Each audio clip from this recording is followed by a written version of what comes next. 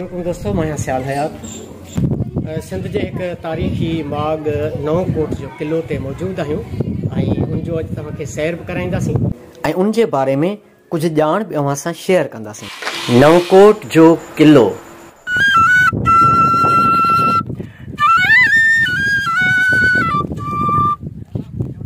सॼी दुनिया जियां सिंध में भी किलन ऐं कोटन जी तारीख़ तमाम पुरानी है।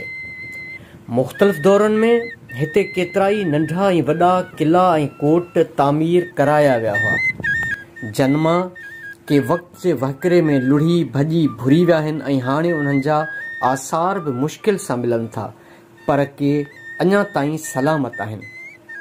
उन्हनि में रनीकोट जो किलो, अमरकोट या उमरकोट जो किलो, कोटडिजी जो किलो, नवकोट जो किलो ऐं ॿिया केतिरा ई किला शामिल आहिनि। पुराने दौर में इहे किला ऐं कोट वक़्त जे हुक्मराननि जी महफ़ूज़ रिहाइश तौर ऐं मुल्की दिफ़ाई मामलात जे लिहाज़ खां जोड़ाया वेंदा हुआ। नवकोट जो किलो मुकमिल तौर दिफ़ाई लिहाज़ खां जोड़ायो वियो हो। हिन किले खे शुरूआत में फतेहगढ़ जो नालो ॾिनो वियो हो। उहो नालो मीर फतेह अली खान तालपुर जे नाले जी निस्बत सां फतेहगढ़ रखियो वियो हो। ही किलो थरपारकर जो गेटवे भी सॾियो वेंदो आहे, जेको मीरपुर ख़ास खां 64 किलोमीटर जे मुफ़ासिले ते तालके मिठीअ में आहे। उहो तालको मिठी जेको थर जी कोयल यानी माई भागी जे करे मशहूर आहे।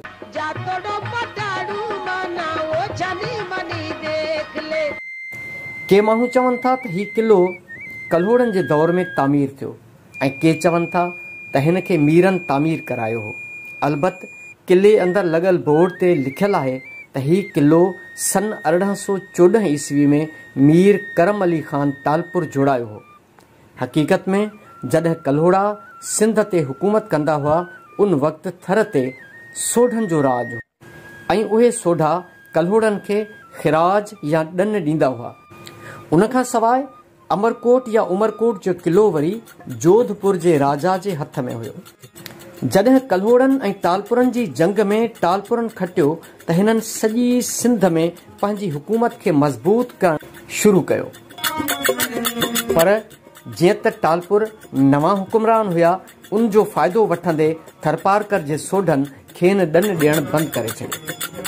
जंहिं करे मीर फतेह अली खान तालपुर सॼे थर ते पंहिंजी हुकुमरानी मज़बूत करण लाइ थर में दिफ़ाई किला तामीर करण जो मंसूबो ठाहियो। इहो ई सबबु आहे जो हिन किले खे फतेहगढ़ भी सॾियो वेंदो हो। तालपुरनि जे दौरे इक़्तिदार में मीर करम अली खान 1812 ईस्वी में तख़्त ते वेठो ऐं हिकु साल में ई यानी 1813 ईस्वी में उमरकोट जो किलो पंहिंजे कब्ज़े में कयो। हुन 1814 ईस्वीअ में ही किलो यानी नवकोट जो किलो तामीर कराइण शुरू कयो।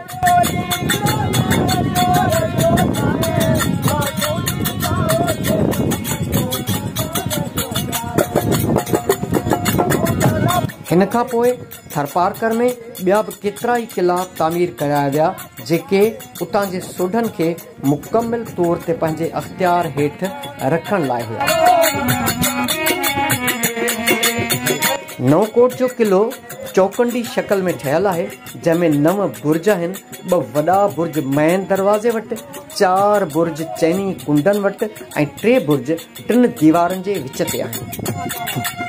मैन दरवाज़ो काठ जो ठहियल आहे, जंहिंजे ताकनि ते 2 किलनि वांगुरु लोही सुंभा लॻल आहिनि, जेकी हाथियुनि जी काह खां बचाव लाइ लॻाया वेंदा हुआ। मैन गेट क्रॉस कबो त हिकु वॾो मैदान आहे, जंहिंजे चौधारी 30 फुट ऊंचियूं दीवारूं आहिनि, जंहिंजे अंदरि मुहाफ़िज़नि जे रहाइश जो इंतज़ाम आहे। इहो मैदान जंहिंखे दमदमो बि सॾिबो आहे, उनमें 2 तोबूं पिणु रखियल आहिनि।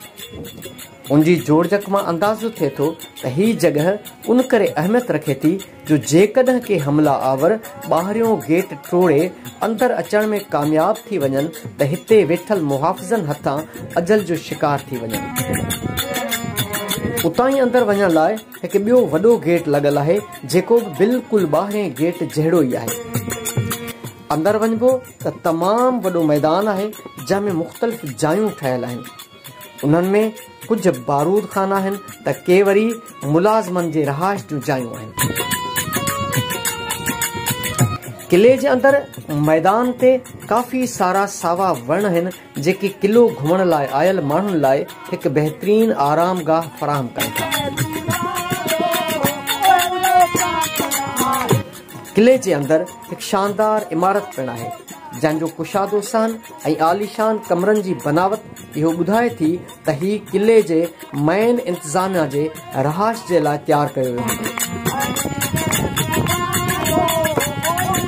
हिन जॻह जो ताज़ो करायल रंग रूप इहो बि ॿुधाए थो त मौजूदा दौर में हिन किले जी चङी भली नज़रदारी थी रही आहे। हिन किले जे मेन गेट जे अंदरे पासे हिकु वॾी ॾाकण बि आहे जंहिं ते चढ़ी सॼे किले जे अंदर तोड़े ॿाहिरि जो निज़ारो करे सघिजे थो। मथे चढ़ी वञबो त ख़बर पवंदी त हर बुर्ज ते हिकु तोब रखण लाइ जाइ ठहियल आहे जेका किले ते काह कंदड़नि खे परे खां ई पसपा करे सघण जी सलाहियत रखे पई। हिन वक़्त बि उहे पुराणियूं तोबूं किले जे अंदर मुख़्तलिफ़ जायुनि ते रखियल आहिनि। ही किलो सिंध जी माज़ी जी तारीख़ जो हिकु ज़िंदह शाहकार आहे, तंहिं करे हिन खे अञा बि वधीक तफ़रीही माग तौरु दुनिया में मुतारिफ़ करायो वञे। उनखां सवाइ तारीख़, इल्म, अदब ऐं सक़ाफ़त सां चाह रखंदड़ साञाह वंदनि खे घुर्जे त हिन किले खे ज़रूर घुमनि। तहरीर ऐं आवाज़ सियाल हयात। अॼु नवकोट जो किलो जे बारे में तव्हांखे आगाह कयोसीं ऐं उनजी कुझु क्लिप्स बि तव्हांखे ॾेखारियासीं ऐं मूंखे उमेदु आहे त तव्हांखे असांजा हीउ वीडियो असांजी महिनत ज़रूरु पसंदि ईंदी।